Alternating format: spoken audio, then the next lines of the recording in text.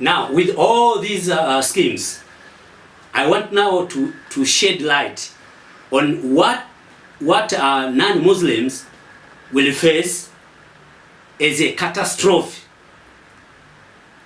while involving in this Islamic economy, especially in the Islamic banking. Number one, it is not allowed to spend even a single cent from the Islamic banking in any transaction or business which has a direct connection with Israel. Perhaps you will be very astonished to hear about this, but this is the fact which Islamic banking do not share anywhere. Why? If you remember that in 1967 broke the war between Israel and the Islamic Arab world, and Israel won the war. 2 years later, that is 1969, some Muslim countries, about 24, held a conference there at Rabat in Morocco under King Hassan, whereby they formed an Islamic body called the Organization of the Islamic Conference, OIC, as most of people know. One of their objectives was to invade again Jerusalem and take as an Islamic country and shift the headquarters of this organization, that means OIC, from Jeddah, where it is situated now, until Jerusalem. That's what even today they are struggling about. Even just recently, when you heard that President Donald Trump of America said that he knows that the capital city of Israel is Jerusalem. That's why I think you saw that the Arab world rose against him. Simply because of this, I'm now talking to you. So that's why it is not allowed to spend even a single cent from the Islamic banking to go to do a business with Israel. As you know that this body or this organization of the Islamic Conference, they have two major finance institutions. The first one is Islamic Development Bank, IDB, and the second one is Islamic Development Fund. So they try now to organize and to see how they can further this, what they call Islamic economy, under what we call the petrodollar. But now think about this. Why is it strict to spend that money from Islamic banking in any business or transaction with Israel? If you read in the Quran chapter 5, verse 82, it speaks clearly that there is an enmity between the Islamic world and Israel. I think most of even you have heard of it many times, that it is not allowed at all. That's why even the Islamic banking has forbidden this. The verse says, "Verily, you will find the strongest among men in enmity to the believers," that is Muslim, "the Jews and those who are mushrikun." So already the Quran has mentioned that the Jews are the enemy of Israel, and the motherland of Jews is Israel. So it is not possible for an Islamic banking to give you money to go and spend with Israel, their enemy. In the other word, okay, now if you support Israel and you are a client in Islamic banking, automatically you become an enemy of Israel, whether you like or not. This is the fact you must know. That is number one, is a problem to non-Muslims, especially Jews and Christians, as the Quran speaks.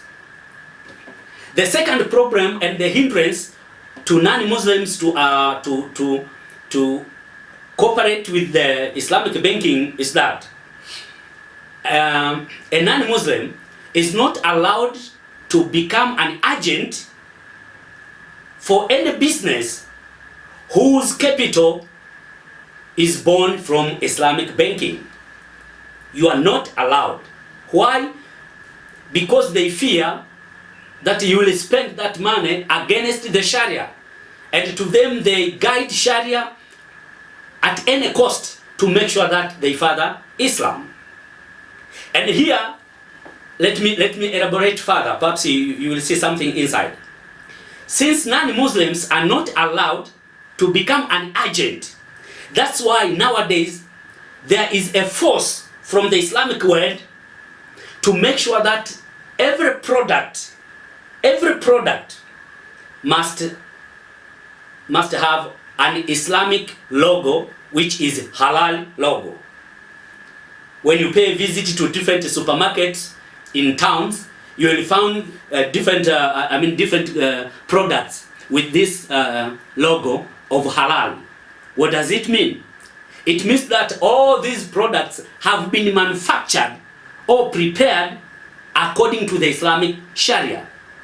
Now think about those who are non-Muslims who would like to do business or who would like to produce these products. Where is their position? And this, let me tell you the truth.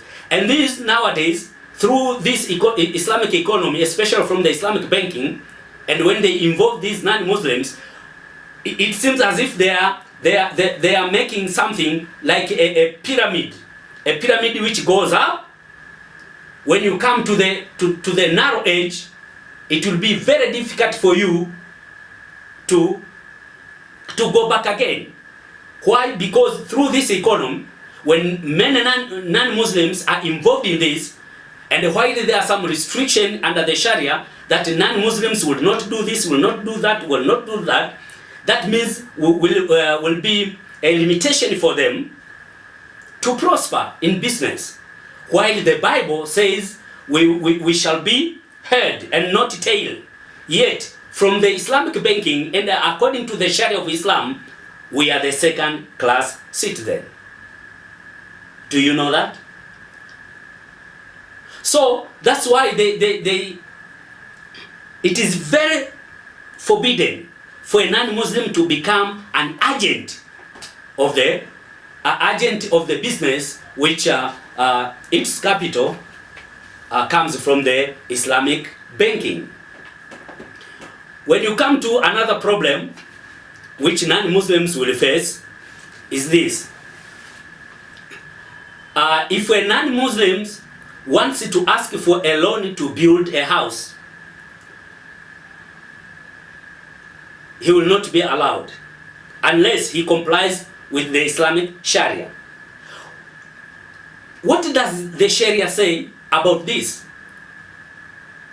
The Hadith says that Islam must be superior and non-Muslims must be inferior.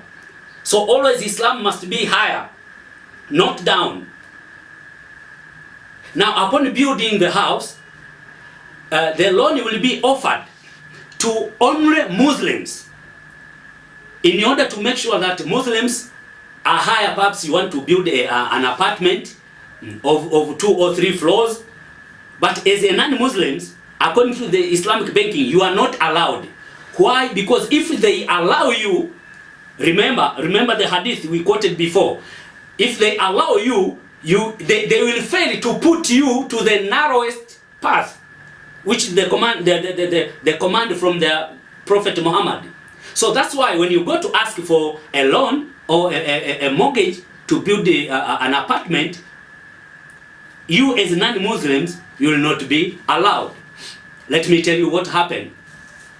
I want to give you a vivid example. There in the archipelago of Zanzibar in Tanzania, there is a church of Anglican built by Bishop George Tozel of the Anglican.